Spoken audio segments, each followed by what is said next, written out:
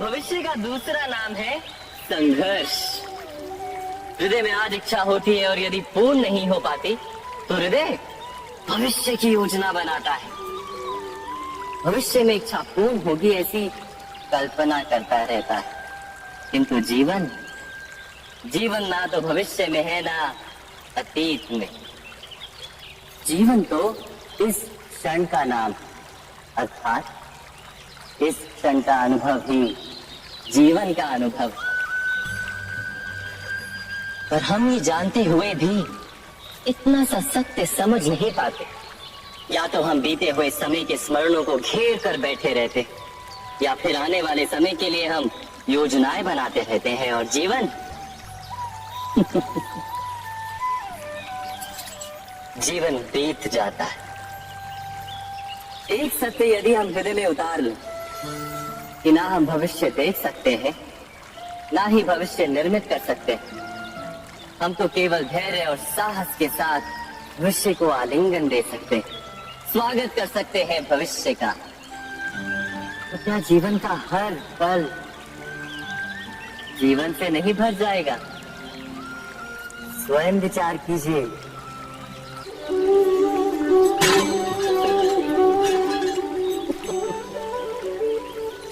कभी कभी कोई घटना मनुष्य के जीवन की सारी योजनाओं को तोड़ देती और मनुष्य उस आघात को अपने जीवन का केंद्र मान लेता। पर क्या भविष्य मनुष्य की योजनाओं के आधार पर निर्मित होते हैं? नहीं। जिस प्रकार किसी ऊंचे पर्वत पर सर्वप्रथम चढ़ने वाला उस पर्वत की तलाई में बैठकर जो योजना बनाता है, क्या वही योजना उसे उस पर्वत की चोटी तक पहुंचाती? नहीं, वास्तव में वो जैसे जैसे ऊपर चढ़ता है वैसे वैसे उसे नई नई चुनौतियां, नई नई विडंबनाएं, नए नए अवरोध मिलते हैं। प्रत्येक पद पर वो अपने अगले पद का निर्णय करता है। प्रत्येक पद पर उसे अपनी योजनाओं को बदलना पड़ता है। कहीं पुरानी योजना उसे खाई में ना ढकेल दे। वो पर्वत को अपने योग्य नहीं बना पाता, केवल स्वयं को पर्वत के योग्य बना सकता है। क्या जीवन के साथ भी ऐसा ही है?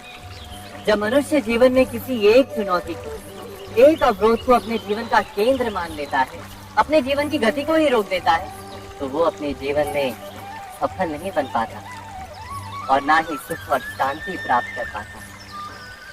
अर्थात जीवन को अपने योग्य बनाने के बदले स्वयं अपने को जीवन के योग्य बनाना ही सफलता और सुख का एकमात्र मार्ग नहीं।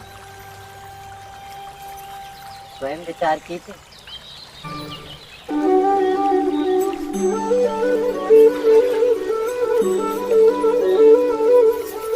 पिता सदा ही अपने संतान के सुख की कामना करते, उनके भविष्य की चिंता करते रहते। इसी कारणवश सदा ही अपने संतानों के भविष्य का मार्ग स्वयं निश्चित करने का प्रयत्न करते रहते।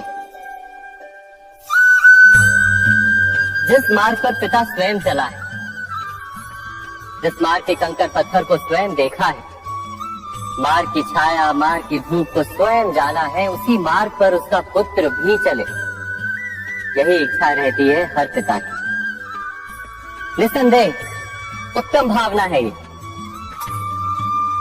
किंतु 3 प्रश्नों के ऊपर विचार करना हम भूल ही जाते हैं।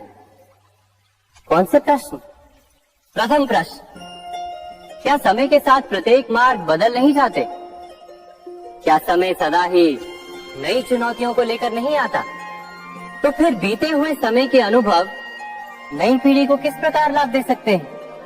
दूसरा प्रश्न, क्या प्रत्येक संतान अपने माता पिता की छवि होता है? हाँ, संतानों को संस्कार तो अवश्य माता पिता देते हैं, किंतु भीतर की क्षमता तो ईश्वर देते हैं।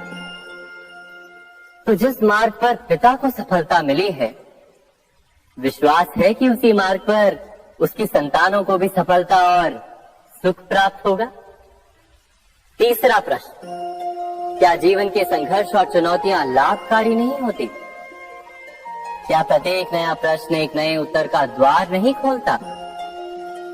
तो फिर संतानों को नए नए प्रश्नों, संघर्षों और चुनौतियों से दूर रखना, ये उनके लिए लाभ करना कहलाएगा या हानि पहुंचाना? अर्थात जिस प्रकार संतान के भविष्य का निर्माण करने के बदले उसके चरित्र का निर्माण करना श्रेष्ठ है, वैसे संतानों के जीवन का मार्ग निश्चित करने के बदले उन्हें नए संघर्षों के साथ जूझने के लिए मनोबल व ज्ञान देना अधिक लाभदायक नहीं होगा? स्वयं विचार कीजिए।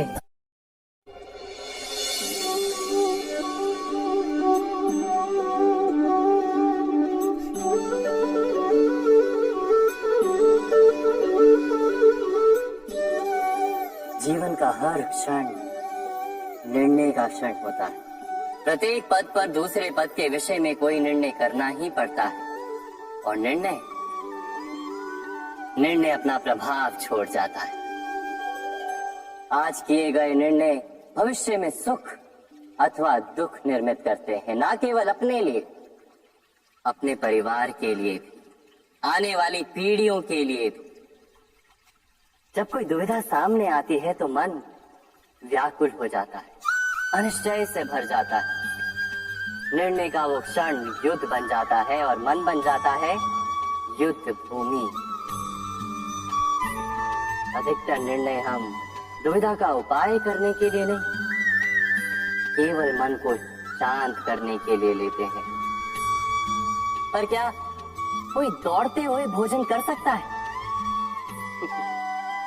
नहीं। तो क्या युद्ध से जूझता हुआ मन कोई योग्य निर्णय ले पाएगा? वास्तव में शांत मन से जब कोई निर्णय करता है तो अपने लिए सुखद भविष्य बनाता है, किंतु अपने मन को शांत करने के लिए जब कोई निर्णय करता है तो वो व्यक्ति भविष्य में अपने लिए कांटों भरा वृक्ष लगाता है। स्वयं विचार कीजिएगा।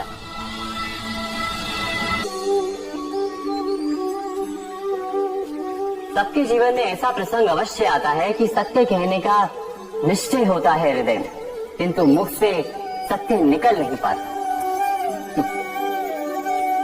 कोई भय मन को घेर लेता है। किसी घटना अथवा प्रसंग के बारे में बात करना या फिर स्वयं से कोई भूल हो जाए उसके बारे में कुछ बोलना, क्या ये सत्य है? नहीं, ये तो केवल तथ्य है। अर्थात जैसा हुआ था वैसा केवल बोल देना सामान्य सी बात। किंतु कभी कभी उस तथ्य को बोलते हुए भी भय लगता है। कदाचित किसी दूसरे की भावनाओं का विचार आता है मन, दूसरे को दुख होगा ये भय भी शब्दों को रोकता है।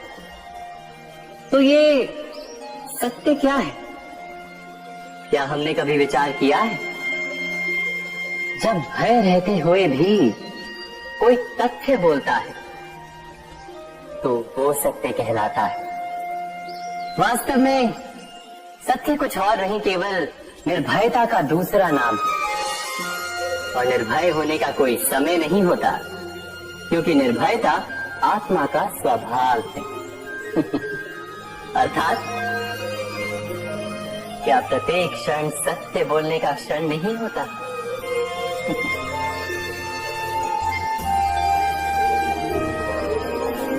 स्वयं विचार कीजिए।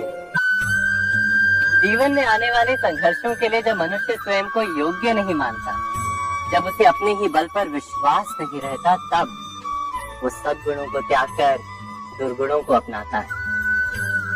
वस्तुतः मनुष्य के जीवन में दुर्जनता जन्म ही तब लेती है जब उसके अंतर में आत्मविश्वास नहीं होता।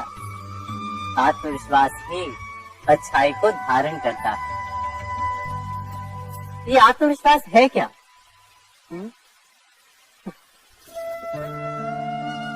जब मनुष्य ये मानता है कि जीवन का संघर्ष उसे दुर्बल बनाता है, तो उसे अपने ऊपर विश्वास नहीं रहता। वो संघर्ष के पार जाने के बदले संघर्ष से छूटने के उपाय ढूंढने लगता है। किंतु जब वो ये समझता है कि ये संघर्ष उसे अधिक शक्तिशाली बनाते हैं, ठीक जैसे व्यायाम करने से देह की शक्ति बढ़ती, तो प्रत्येक संघर्ष के साथ उसका उत्साह बढ़ता है। अर्थात आत्मविश्वास और कुछ भी नहीं, मन की स्थिति जीवन को देखने का दृष्टिकोण मात्र है, और जीवन का दृष्टिकोण तो मनुष्य के अपने वश में होता है। स्वयं विचार कीजिए।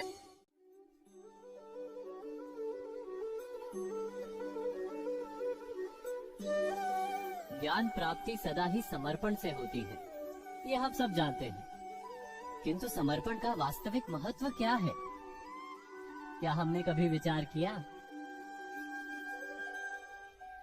मनुष्य का मन सदा ही ज्ञान प्राप्ति में विभिन्न बाधाओं को उत्पन्न करता है। कभी किसी अन्य विद्यार्थी से ईर्ष्या हो जाती है, कभी पढ़ाए हुए पाठों पर संदेह जमता है, और कभी गुरु द्वारा दिया गया दंड मन को अहंकार से भर देता है। नहीं, क्या ऐसा नहीं होता? न जाने कैसे कैसे विचार मन को भटकाते हैं, और मन की इसी अयोग्य स्थिति के कारण हम ज्ञान प्राप्त नहीं कर पाते।